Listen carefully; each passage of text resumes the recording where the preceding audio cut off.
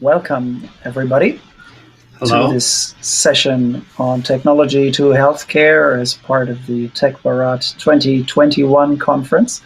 My name is Stefan Wisbauer. I'll be the moderator for the session, and I'll very briefly introduce myself and then ask my fellow panelists to introduce themselves. So I'm based out of Germany here, working in my home office. You can see the walk-in closet behind me. This is where it's peaceful and productive. My background is in math and physics initially, then did a Master of Public Administration at the Harvard Kennedy School, and I'm currently working at a company called Lecturio in online medical education, where we work with educators from around the world and with teaching institutions from around the world, both to promote digitization and modernization of education, and also drive new capacity building models. And Bhaskaran, why don't you introduce yourself? Thank you very much, and a pleasure to be here today. So I've a slightly different background compared to Stefan. I've been an engineer all my life. I've worked in various fields. I've started my career with process automation for industrial applications. I then, that was for the first 10 years of my life. Then I moved into product development for automotive applications. I was working for Robert Bosch of Germany. And then I've been with Philips for about 12 years. And out of those 12 years, I spent 10 years with Philips Healthcare. And I was heading the Philips Healthcare R&D here in Bangalore. And that's where I'm located from, Bangalore, India. The last 10 years, I've been doing a whole bunch of things, a lot of things associated with training, with mentoring, with coaching, with consulting. And I do this both for technology topics and for business people-related topics. My passion with healthcare continues. I've been associated with various companies in the role of consultants and trainers on topics, both technology and leadership for the healthcare domain. And obviously, I worked with the healthcare ecosystem here in India, some of which is fairly advanced, some of which is still yet to come. And I'm hoping to share some of the things that I have seen happening and some of the ideas that I had put together over the course of this discussion that we have today. Thanks a ton, Stefan. Of course, you're welcome. Thank you. Mark, please go ahead. Hi, and thank you. Thank you for having me here today. It's really great to be part of this panel discussion. I'm really excited about it. I'm looking forward to sharing a little bit of my perspective on how technology is impacting healthcare. I too am working from my home office. I've been here for about 9 months now, and I think some of the changes that we're seeing both in business and in how we do our work is also going to be reflected in the changes that we're going to be seeing in healthcare. And it'll be an interesting conversation because we have put together a long-term plan looking at the transformation of healthcare, and a digital transformation, a move to remote monitoring and home health monitoring was a big part of it. And what we recognized through the pandemic is that perhaps we weren't aggressive enough. We might have been planning to move too slow, and this may have really accelerated some of the changes. I'll give you a little background on myself. Again, my name is Mark Weed. I've got a bachelor's in electrical engineering, a master's degree in biomedical engineering, and an MBA. I work at Mayo Clinic. Mayo Clinic is the largest integrated not-for-profit healthcare system in the world. We were founded in 1889 and are the first large academic healthcare organization to go to a patient-centric group practice model, and some consider that to be one of the greatest inventions of the founders, the Mayo brothers, Will and Charlie. I started at Mayo right out of graduate school. I spent the first part of my career developing devices with a focus on sensors, electrodes, analog circuit, and microprocessor design. I've done a lot of programming from embedded systems to PCs to mini computers, but for the last 20 years or so, I've managed various aspects of our group. So I've managed our electronics and software development groups, our mechanical unit, and our machine shop. I also started our first project management office at Mayo back at about 2000. And most recently, I've taken over as chair of the engineering group at Mayo. We have a relatively unique engineering group. Our focus is applied engineering. So we're not a research-based group. We don't look for grants and publications. We're here to make devices that don't exist. And that is a relatively unique role to have this applied engineering group embedded within a large healthcare system. And it leads to some really fascinating possibilities, because if you look at the ability to do ethnographic research, becomes very simple when you're embedded within the organization, when you're working side by side with the physicians. So it's a very, very unique model. And again, I'm looking forward to seeing where this discussion takes us today. Yeah. Great, thank you. Excellent. And in terms of flow, we have some broad topics to touch on. By way of introduction, let me just say, clearly, the rate of technological advance is just staggering around the world and accelerating. The kinds of capabilities we have in our pockets today. My first computer was a Commodore 64, and I was driving around and probably shouldn't say this, copying computer games, had little sessions with my friends in those days. And in this day and age, I have got just immense computing power in my pocket with the ability to manage my health and movements and everything else. And then obviously the healthcare institutions that surround us have immense technology at their disposal, whether it's, sort of minimally invasive surgery or cyber knives for targeted radiation therapy, or tiny devices that might crawl into our bodies and everything else. So it's just staggering what is becoming possible. I was also intrigued by the recent research around protein development with artificial intelligence algorithms, kind of, cracking problems that scientists have tried to understand for a long time. And so I think this will only accelerate, is I think everybody's prediction. At the same time, we live in a world where many people don't have access to basic healthy resources, like access to clean water. There's a significant shortage of healthcare clinicians, and AI might help that a little bit in terms of lowering the bar of how many we need. But clearly, there are some really significant challenges for how we spread the benefit of all of these technologies. And this is I think, one of the interesting questions we can reflect on today, because, we can marvel for a long time at everything that's possible in some well-equipped places. But how do we actually leverage the power of technology for our benefit around the world? So, and in terms of the flow of this, I want to make sure we have some time for discussions, also questions from the audience, and just us thinking together, really. But we'll kick off with a few thoughts by each panelist here on the wider topic of technology and healthcare and these implementation challenges, or whatever you wish to touch on, really. And Mark, why don't you kick us off if you don't mind? Excellent. Yeah, I'm happy to. And I haven't heard the words Commodore 64 for a long time, but I'm also very familiar with that. I use that as the computer behind the work I did on my thesis project when I got my biomedical engineering degree a long time ago.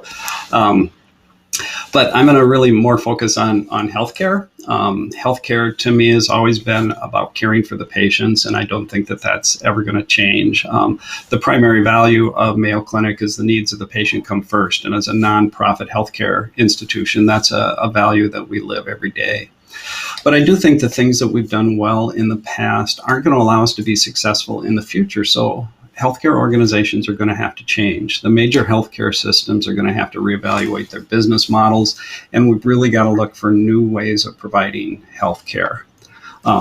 We're focused on the immediate needs of our healthcare system, but it's becoming more and more clear that there's just a huge need for the move to providing lower cost care for patients at home. And that's the approach that most organizations need to take.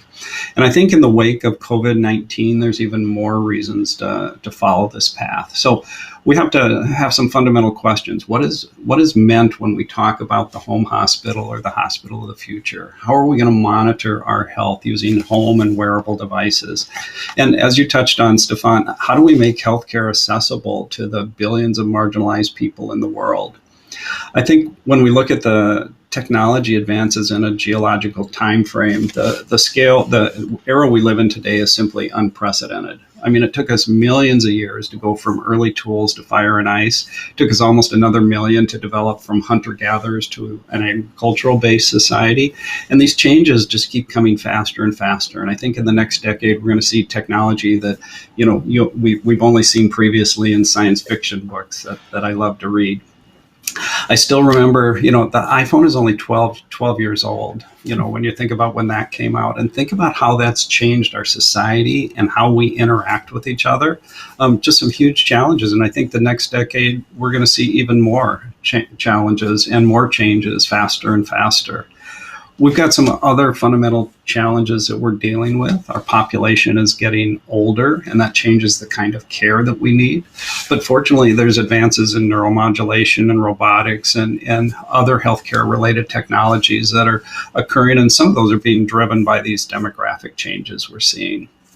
The other big challenge for healthcare is related to cost and access. And I think these two things are closely tied together. Right now, healthcare is simply too expensive, and it's really focused on the treatment of disease. And to really make it accessible and affordable, we need to focus more on prevention.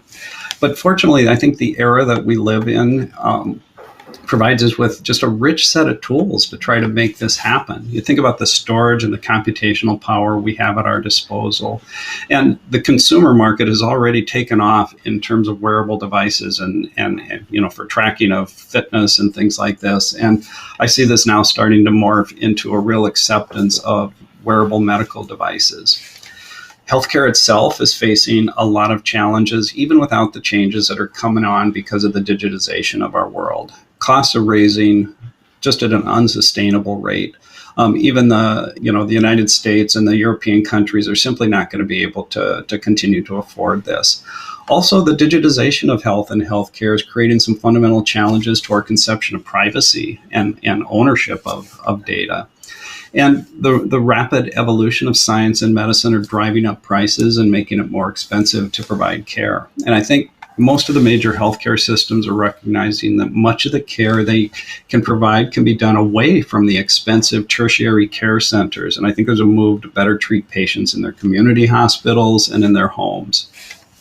There's a hospital in the United States called Mercy Virtual, which has created a care model which provides telehealth to their patients in their home. This hospital doesn't even have any beds in their facilities. This is a brand new business model, and I think it's one that's going to gain traction over the next few years.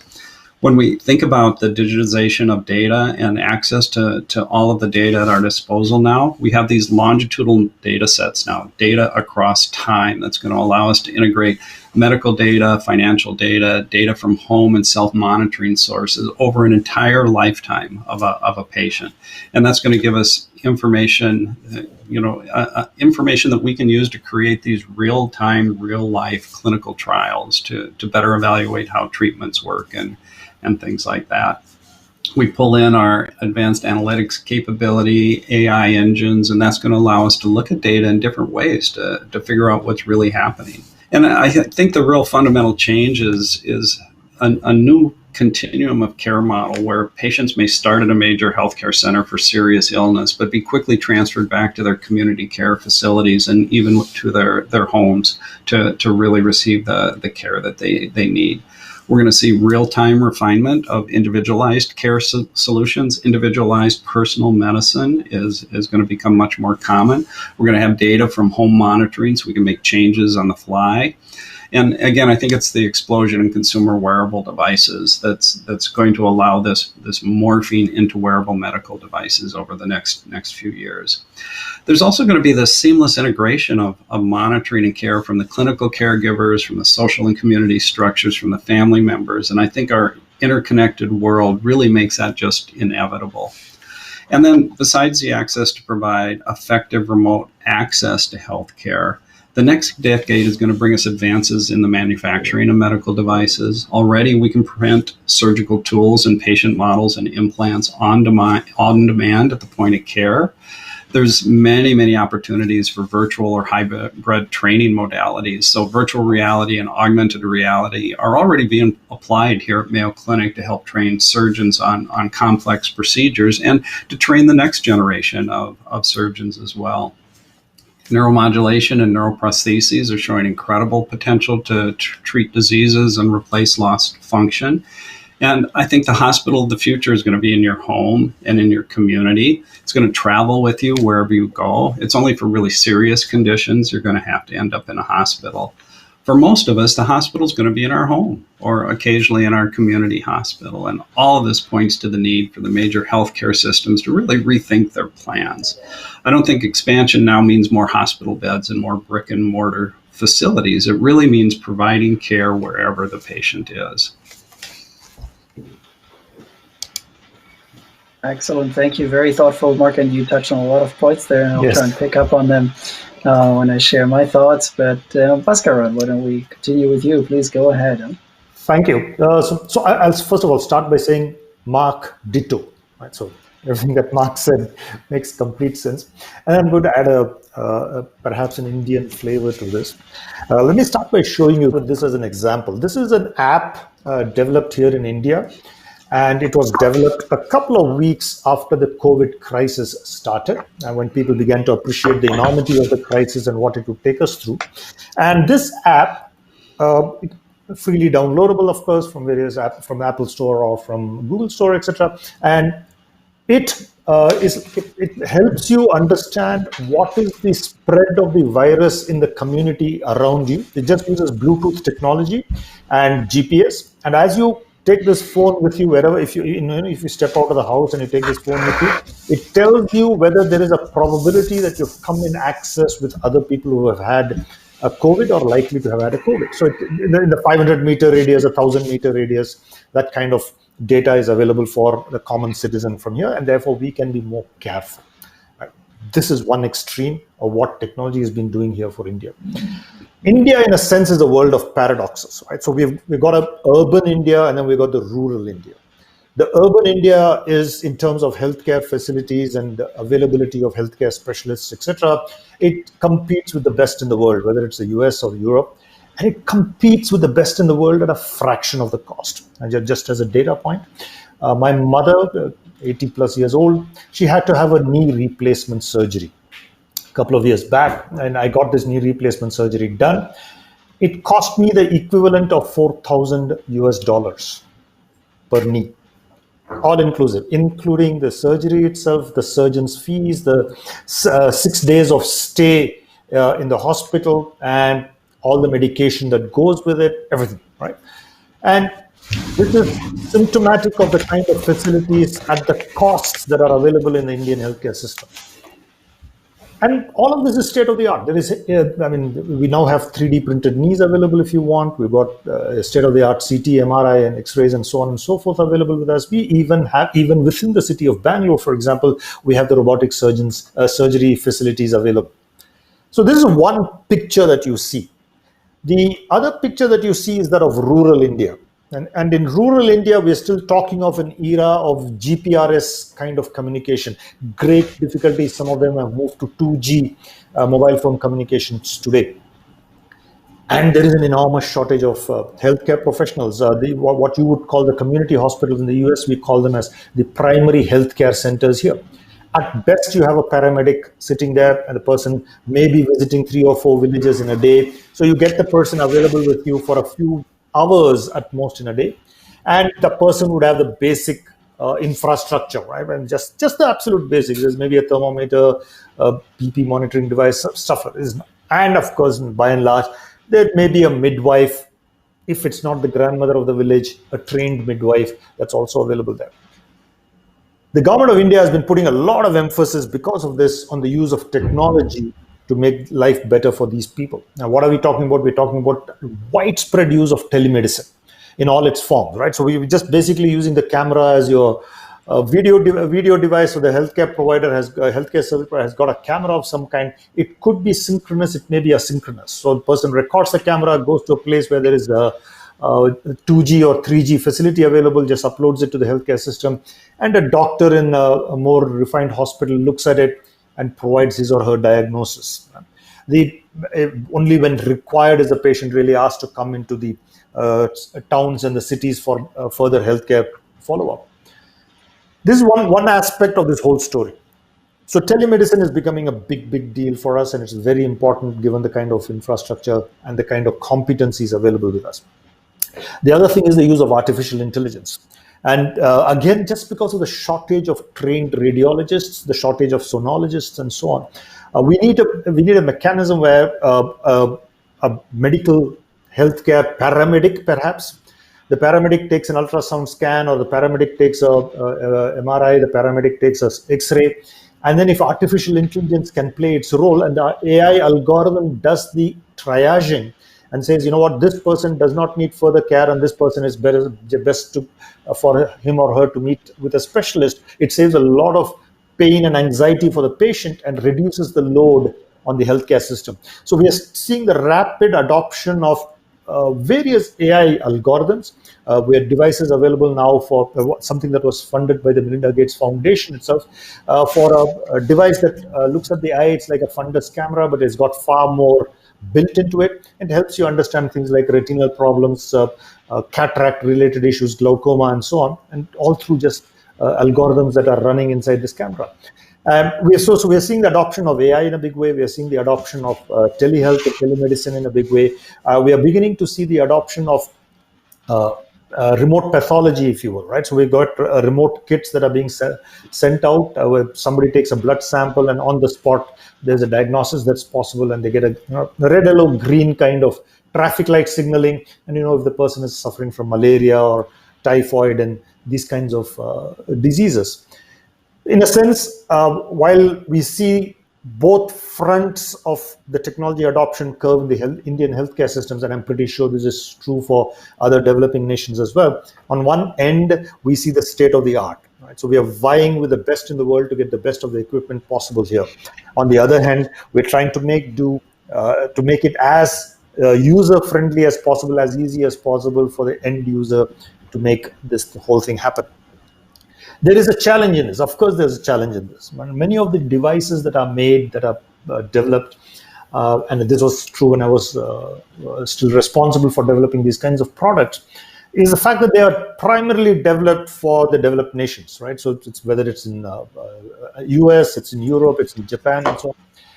And when we bring those devices back to India, we have a huge challenge in its adoption here.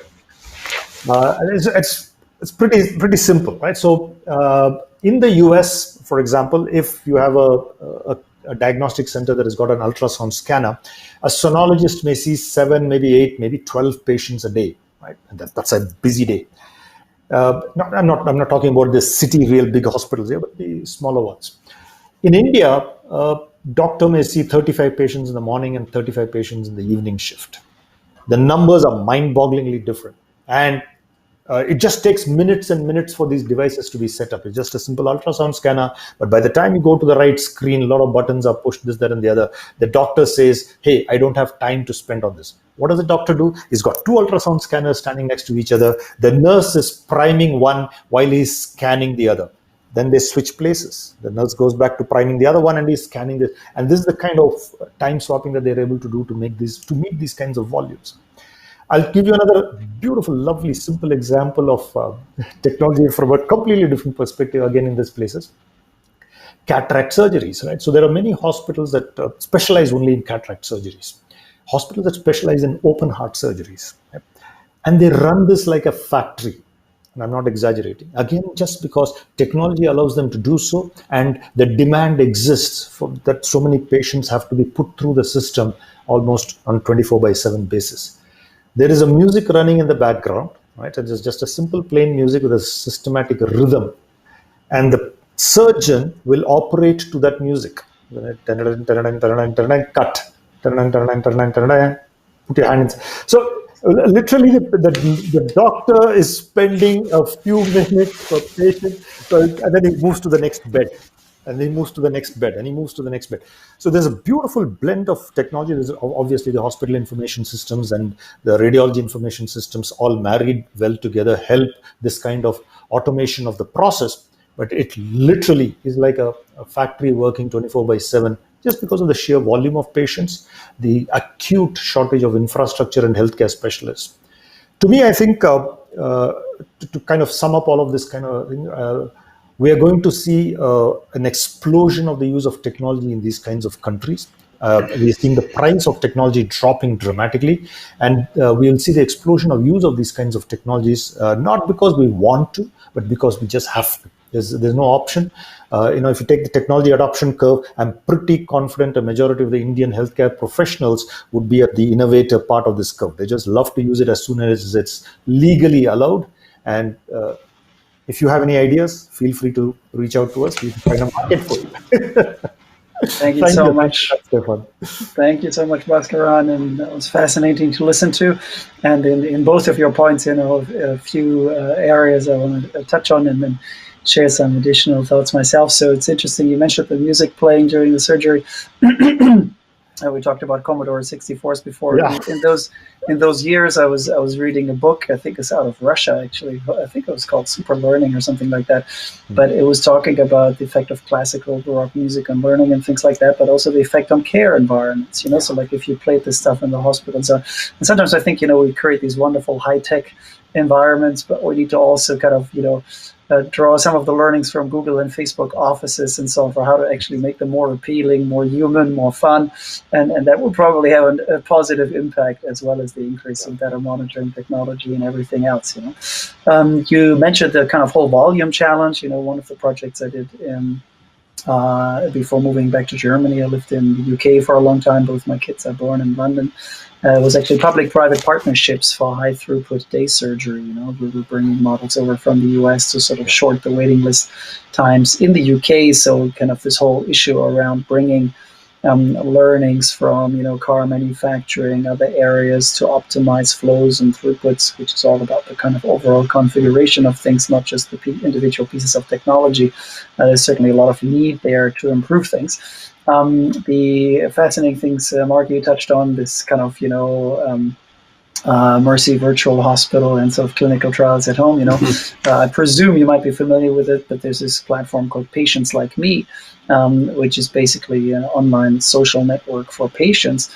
And the interesting thing is, if you imagine a sort of a chat blog on Facebook or elsewhere, where patients talk about a certain medication and their side effects and everything, there's obviously a lot of information in that. What Patients Like Me has been able to do is, build the technology, which is a relatively easy tweak, such that you can systematically report your side effects.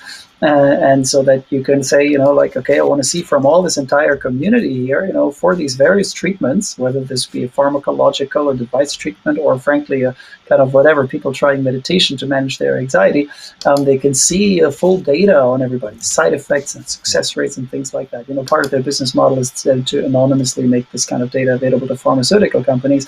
But to my mind, an interesting example how this sort of technology enables completely new sources of data, which can be analyzed live rather than, just the traditional randomized controlled trial, etc. Not that we should give up on it. The question is, how do we leave and leverage all of that kind of information generated to optimize what trials we do, draw what conclusions we can, draw them earlier and faster for everybody's benefit.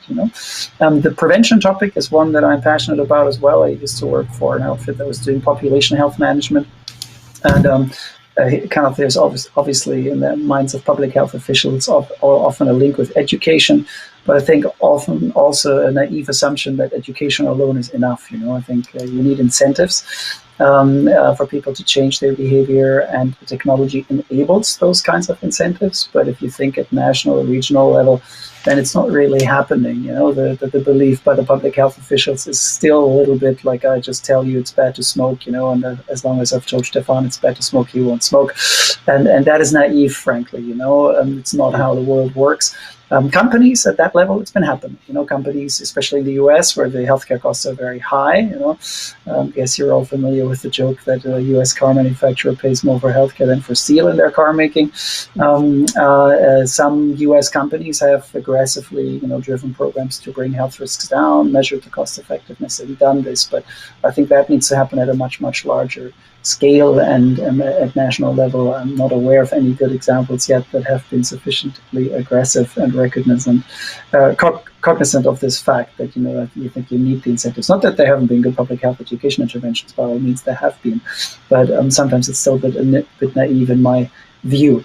We touched on this urban versus rural challenge, and that gives a good transition to What I want to talk about briefly in the medical education subject overall, it's interesting. Medical education in many ways around the world is still done in a very traditional way, the same way it's been done 2,000 years ago, and that the students gather around the wise man who channels the knowledge to them, And at the same time, there's a sort of a parallel reality. The modern student these days actually spends, a lot of their time learning by themselves and buying subscriptions to tools like ours, or you finding material on YouTube or wherever they do, but it's all disconnected from the traditional education process, and there's a huge missed opportunity in that. And these plush, well-equipped lecture halls in many US universities, despite excellent professors, projectors, and comfy seats, are pretty empty because the students are already voting with their feet, and they say, if I have a speed button and I can do this in a personalized manner, that's nice. That guy on the video is just as good as the guy up front on stage. So unless you kind of make those teaching methods more interactive and give the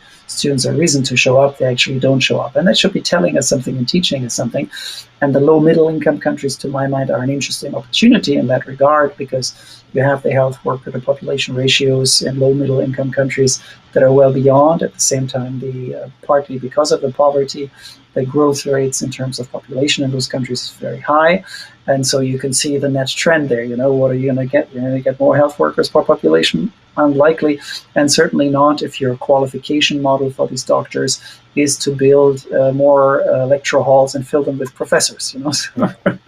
One of the regions we work is in Afghanistan. I remember we had a meeting here in Germany with the advisors of the Afghan government, talking about development projects where massive buildings were funded that were sitting empty, and they were meant to become medical universities.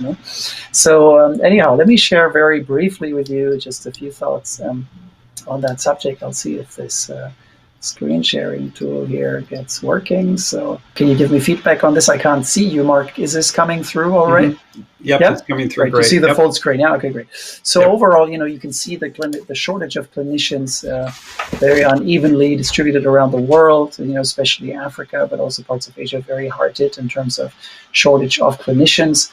And some pretty large gaps there, especially sub-Saharan Africa, but low-income countries in general. Here's just an example of population growth in Nigeria, which is only going to make this whole situation worse. And what we believe in is a need to sort of do whole system capacity building, as I would call it. And for that, at the top left, you really need a digital foundation that can make a massive, substantial difference. And this is what we're working on. But then that should only be an enabler to decentralize the medical education and make it scalable, to then link in the rural models and rotate these candidates through the rural areas, so to strengthen exactly Bhaskaran was describing earlier. But then also those are overloaded healthcare systems, so it will be hard to give clinicians the practical training they need in an overloaded system. We see this as part of the COVID waves in hospitals as well. And so therefore, getting into the simulation, both virtual and digital, as well as mannequins and everything else, and then building centers like we have in the airline industry. Sort of EasyJet sends their folks, as far as I'm aware, but medium-sized airlines send them to sort of big simulation centers that are being run rather than each operating their own simulation center. So very briefly, in terms of what this looks like, in terms of how we've built this, we've basically digitized the entire medical curriculum and the nursing curriculum. We've done it with educators from Harvard, Yale, Hopkins, Imperial, UCL, so it's really like a global undertaking, and made sure that it runs in a system that is able to assess people, that has things like spaced retrieval algorithms to make it easy to incentivize long-term mastery rather than sort of cramming short-term and then a few weeks later you've forgotten the content. Makes it easy to integrate technology like 3D and whatnot, which has been around, but you need to sort of create an efficient learning flow out of it. And then all the way to sort of clinical simulation and things like that, and by doing that, in a data-driven manner, all of a sudden you can do a lot more, learning from home. You can give credit for it, you can track it, but also you can make sure that the interactive sessions that you drive are actually laying the foundation of are building on the foundation of the usage data and understanding typical mistakes and so on of the learners during their time spent learning by themselves. So this is kind of then a way to integrate all of this. So what do you then make of this? So for example, we're doing work in Afghanistan that links in with telemedicine, picking up on your point, Bhaskaran, which makes perfect sense. And but also in other low and middle income countries in Africa, partly at national level, with development funding by the likes of GIZ, to really try and lay that digital foundation rapidly across the whole country, to then leverage those things to decentralize the model, innovate the model, and hopefully make some advances in the curve of health worker to population ratio. But we'll need lots of collaborators on that bring in technology, that bring in kind of further connections, device funding, and so on. So no one can do this by themselves. So these need to be large cooperative ventures, public-private partnerships, possibly often working with the ministries of health, etc., etc. So anyhow, this is my sort of short reflection on the subject, technology in healthcare, specifically from our work in the education field as such. So I think that was a very stimulating initial round of sharing here. What I'd like to come back to, and Bhaskaran, it's interesting you described the glaucoma piece. One thing that's interesting there is, to my mind, also new models of qualifications.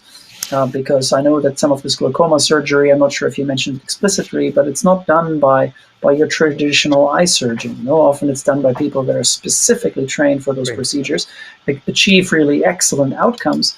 And I see a certain risk that this sort of high-income world, just tries to push out, sort of the same qualification models, etc., that we have, biomedical technicians, 3-4 year training, and then we build big schools and lose years building those schools to take things to those low-income countries, but where we could get much shorter routes for things happening, where you say, like, a big challenge is equipment use and maintenance in a low-income country hospital, for the nurses and the technicians there. Do they all need that biomed technician fully trained that can maintain the MRI scanner? No, you can get a lot of progress much faster that way. And so there, I just want to encourage another brief round and get your thoughts on either concrete examples in your own work, or also things out there that you have seen where you think, it's been actually not just great evolution of technology, but also really an effective, scalable deployment. And Mark, why don't you kick us off? So the US runs the risk to, if I can say a critical word about the US from a German perspective, you have all these centers of excellence, all this amazing technology and amazing research going on. But at the same time, a large share of the population doesn't have access to healthcare. And if you follow the political debate, you're being called a radical leftist if you argue that people should have access to healthcare and that it's a human right. You're some kind of radical. In Germany, we take that as a given. Everybody is covered in this country, and that's what it should be like, in our view, in a country that is developed enough to ensure that, but it should be the case globally in our view. So I'd be curious to hear your examples for this sort of, ensuring the access and scalability of technology, whatever you find helpful to mention there. Yeah, well, as you mentioned, it's really an interesting dichotomy in the U.S. because we really have, I think, kind of two levels of healthcare. We've got some of the best healthcare in the world. We really do. Places like Mayo Clinic, you can't go somewhere else and say we can get better care. We simply have everything that you need. But if you look in general, our average level of care puts us well down the list in terms of the health of the population. And of course, the ISI talks about the kind of the three characteristics of healthcare, which is your own health and health of the population and cost of care. And I think that we do struggle with some of those. And access to healthcare is a big part of it. And we talked about healthcare in India having rural and more metropolitan models, and it's true in the U.S. In the U.S., we're seeing a rural healthcare in our smaller rural communities. Many of them simply don't have access. The physicians are moving away. They're just losing out. The rural is a problem in Germany and U.S. as well. That's just the low income countries, right? Absolutely, and we've got to be able to resolve that. And you talk also about education. How do we provide lower cost education? There's really a couple components of that. One thing is we really talk about people performing at their level of certification.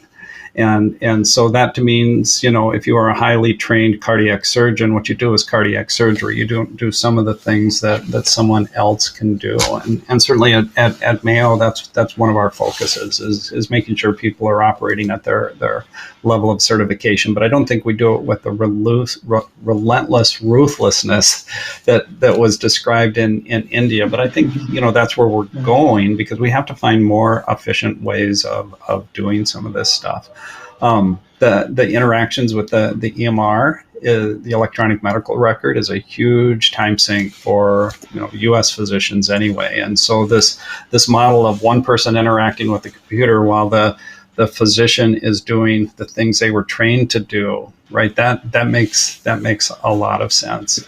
You talk about different types of training and education too, and certainly one of the things that I love about virtual education is the ability to speed things up a little bit. I can put, I love to go to conferences and watch things not live, but afterwards, so that I can watch it at 1.5x. Right? Yeah, and that makes a lot of sense. And perhaps we'll get a chance to talk about this a little bit later, but I alluded to some of the simulation systems, the AR and VR technology for training surgeons and physicians. And again, that can be a very, very effective model of doing it. For example, we've got some very complex stenting procedures we do for, say, aortic aneurysms. And what we've done is created 3D printed models of the patient's aorta that the surgeon is going to have to repair, and allow them to virtually perform that surgery in a so this would be an augmented reality type of application, right, where we've got a simulation with pulsatile blood flow. They use the fluoroscopy system. They practice it. Now you can envision for a new surgeon, that's a great way to practice a procedure. But we're finding for experienced surgeons, having to do something with a patient's unique anatomy that's very, very complex, giving them the chance to practice that in a pressure-free environment makes the surgery itself go much smoother. We get better outcomes. So just lots of opportunities. That's really cool, right? Yeah, lots of opportunities, but it really requires us challenging some of our own fundamental assumptions, right? And that's the piece that's really hard. Challenging how we do education, for example, and trying some different models. It's really, really hard to convince people. We tend to be so conservative about making some of these changes. And of course, we don't want to jump into something that's not effective. So we need to be thoughtful about it and really have ways of measuring the outcomes and the results. And I'm a longtime quality improvement advocate, and I just don't think you can make improvements without metrics and data. So we have to identify those criteria. Yeah. And I think if we're honest in healthcare, often we're treating to an economic algorithm as well, and usually it's not explicit, but if you look at, incorporating, and it actually, even the COVID management is an interesting case in point, but if you try to get a new drug approved in the UK, there's an explicit quality life year, a value to a life year, and it gets valued, and therefore it gets calculated whether the intervention, whether it's a screening intervention, a new drug or whatever, is doable.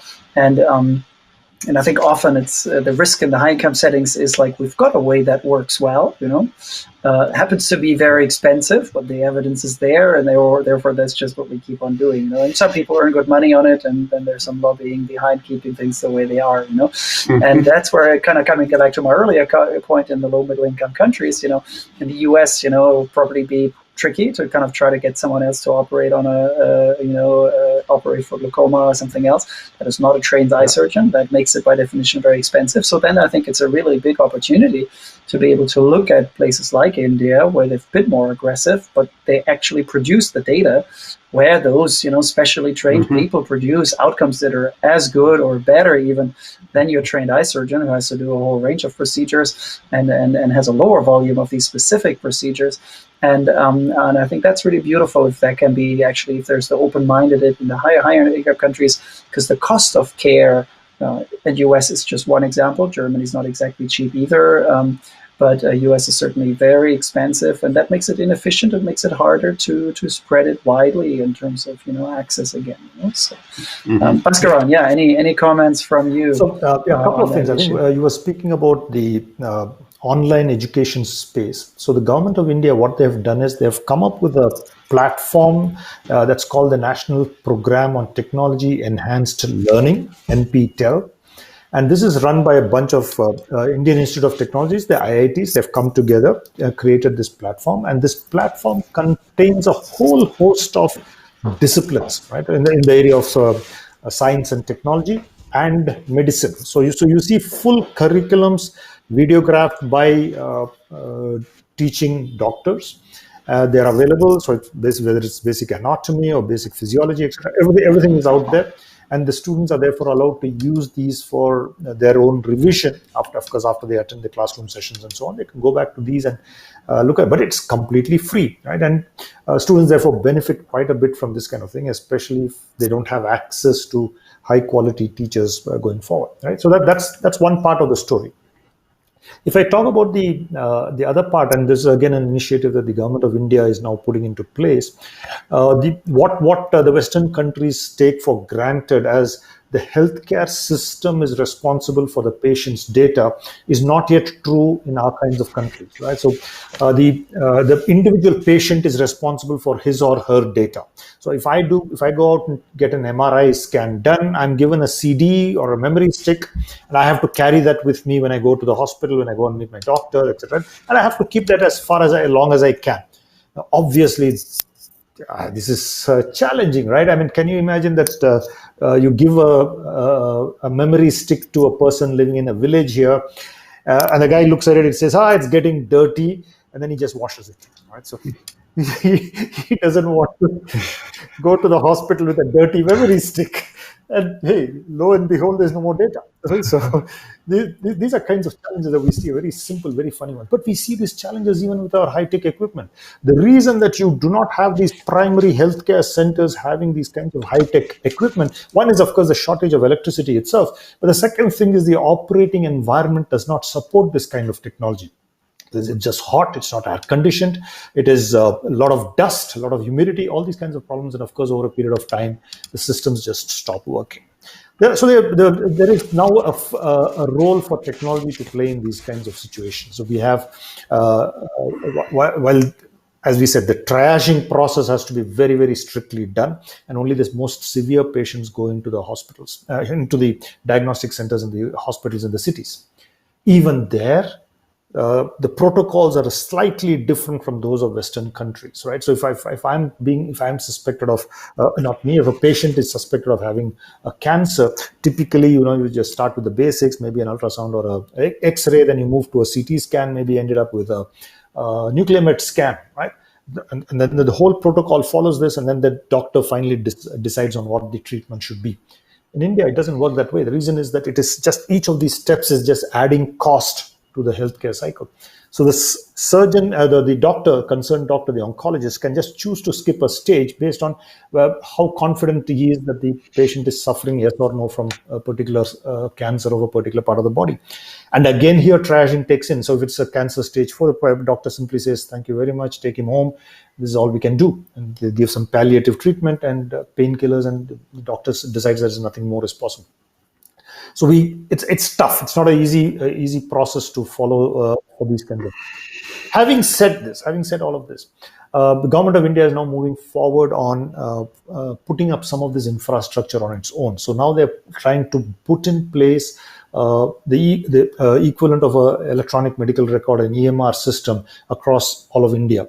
And they're trying to connect all the hospitals together and making sure that the patient information then gets uploaded onto this. And the patient has authority to decide who can see it and cannot see it. All the usual privacy and security kind of things get incorporated in this. This is a huge investment from the government side. It's being managed centrally by the government, and different hospitals will start contributing to this as it just began this year as we speak. So the hospital systems are just now trying to get onto this and start using that. Why does this help us? It helps us obviously because telediagnosis becomes a real-time thing now, right? So I've taken let's say in a small town in India, I've taken an X-ray. There's no specialist in that town. it gets uploaded onto the system. A specialist in the city can obviously look at it and immediately give a diagnosis, and then the local doctor that I'm visiting with will tell me what I should and should not do, so on. And these things are beginning to pick up big time here. The availability of smart cameras is changing the rules of the game as well. So these become your front-end device, if you will. So the paramedic at the front end starts using the smart camera as the eyes of the surgeon sitting somewhere else, and these cameras are becoming smart enough to be able to use for high quality, high definition video, and then that adds a lot to what we can do here. In the urban areas, of course, the world is completely different, right? So we have 5-star hospitals, if you will, right? State of the art, absolutely the best of the best, and the patient gets whatever they can afford to pay for in those kinds of corporate hospitals. The government, so in the US, it's almost always private. In China, it's completely government owned. In India, is a mix, right? So it's a lot of corporate hospitals as well as government run hospitals, and they kind of both vie with each other for the kind of technology they'll use and what they will do with it. It's working. It's beginning to get the act together. I think the general average age has obviously increased. The incidence of chronic conditions are moving away from the malarias and the typhoids of the world to now, quote unquote, the rich man's disease, right? So we're talking about obesity, diabetes, non-communicable diseases. Right? Yeah, we're more communicable to the non-communicable diseases, and we have to see how that evolves as we go along. What I can kind of just to sum it up, what I can kind of state with a lot of confidence is that we will see a lot of adoption of technology going forward. We will see the movement of healthcare from the hospitals to the houses, and it's becoming a big trend. And more of this kind of news is being circulated, and people appreciate that it is now possible to do a lot of the stuff at home that needed to be done in the hospital earlier. So. Yeah, fascinating. Thank you, Bhaskar. Very interesting. And it's interesting you mentioned the example of the ownership of the health record, kind of that with the patient, because if you look at, Germany is well equipped resource-wise, the hospitals as well as the primary care clinics and so on. But if I look at my health record, then kind of a mess, I mean, some people have some info, some people have other info, kind of some of it sits with me, certain printouts and certain folders and so on.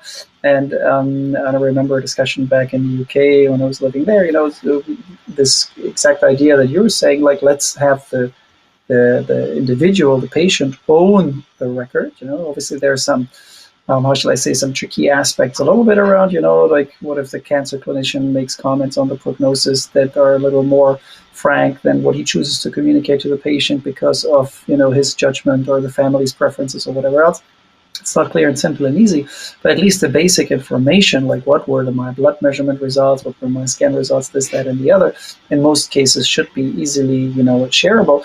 And I should own it, in my view, as a patient, and then I should then be able to walk into the next clinic or change doctors or do whatever I want to do, and say, here, please, like, here's my access, like, this is my code, you got it, I get a request on my phone, I press a button, face scan, whatever, and I share that, so that information, which is so valuable these days, both in terms of preventive value, treatment value, appropriate drugs, everything else, and frankly, in the end, a lot of treatments, Mark, you mentioned the example with the 3D printed model of the, individual patient's physiology and anatomy before the stenting, a perfect example. But in the same way, like the genetic profile of a certain cancer or my own genetic profile and therefore my reactions to certain drugs and so on. I mean, there's just so much valuable information that is out there that can help enhance treatments and outcomes and prevent things to start with.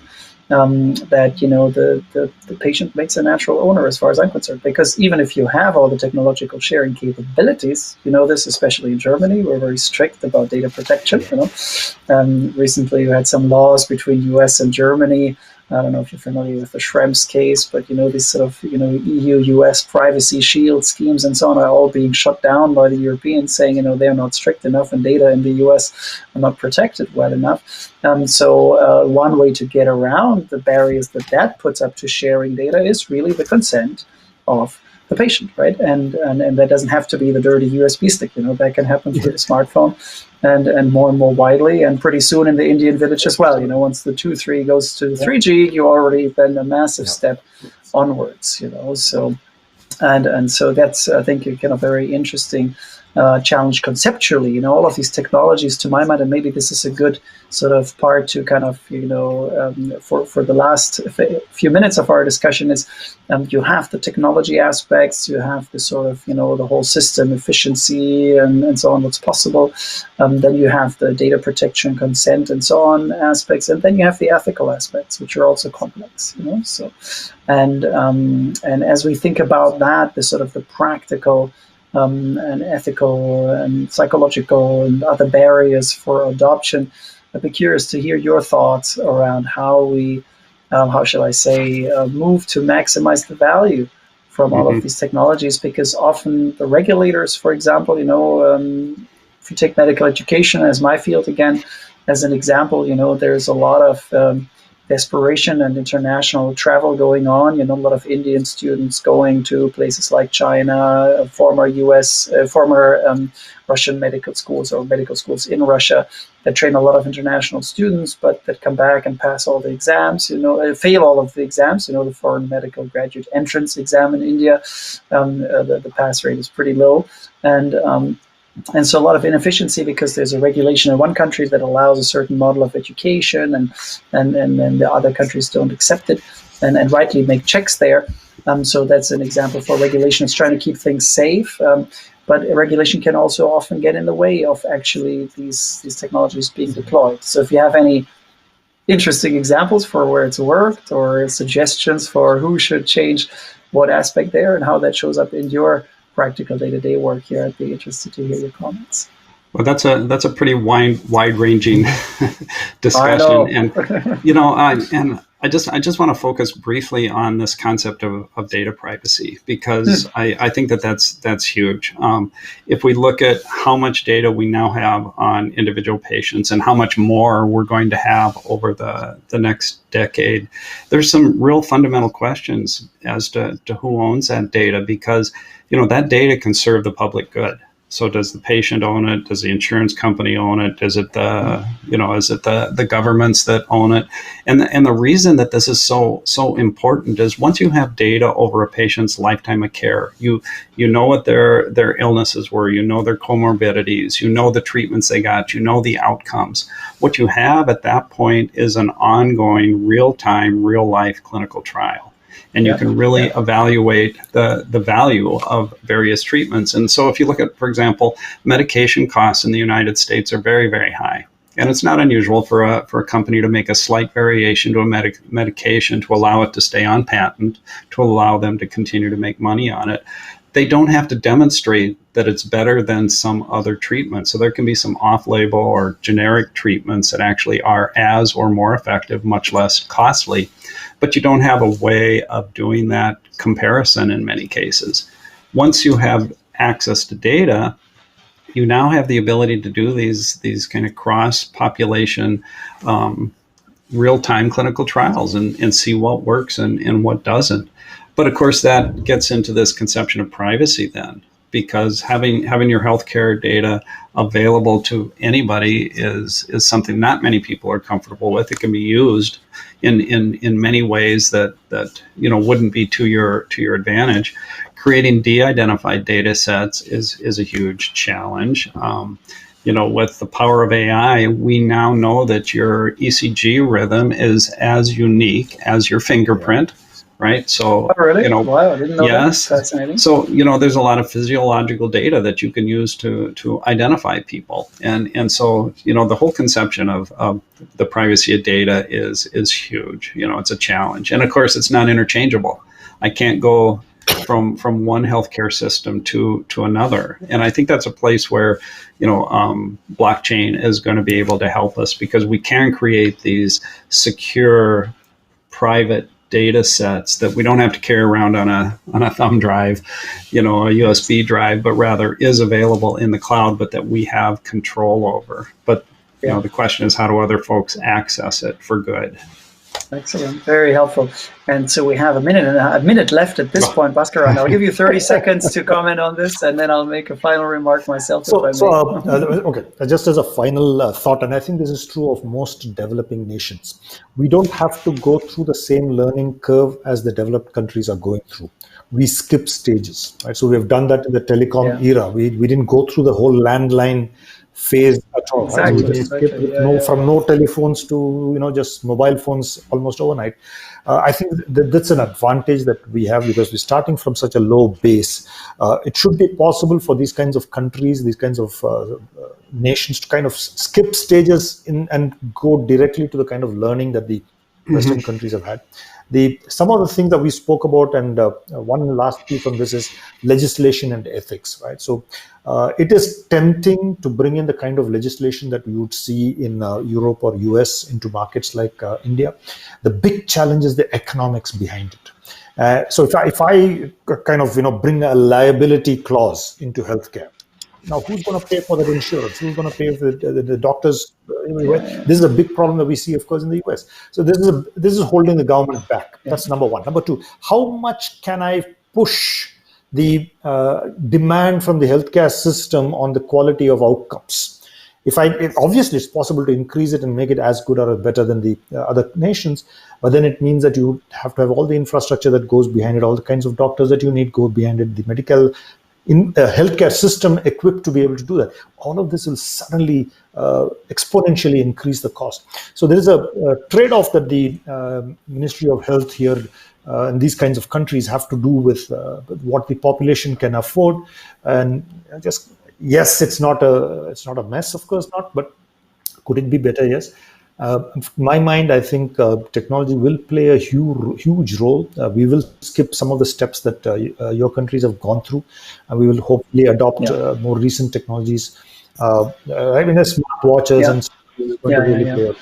And my hope, frankly, thank you so much, Bhaskaran, and I'll be very brief. So my hope, frankly, is that in some of the low middle income countries, as far as the sort of system reconfiguration scope, that actually, you don't just skip, but basically that in some of the low middle income countries, we can do the kinds of responsible reconfigurations and experiments because the need is there and it's urgent, that will teach the developed economies, that they might be looking at countries in Africa who did large-scale reconfigurations of their medical education and capacity building and care delivery models and say, how can we make care more affordable back home here and change our models? That's my hope, that the low-middle countries can, on the one hand, skip and catch up, but also actually be the breeding grounds for the next generation models, and you gave an interesting example on this whole final issue of data privacy and everything else.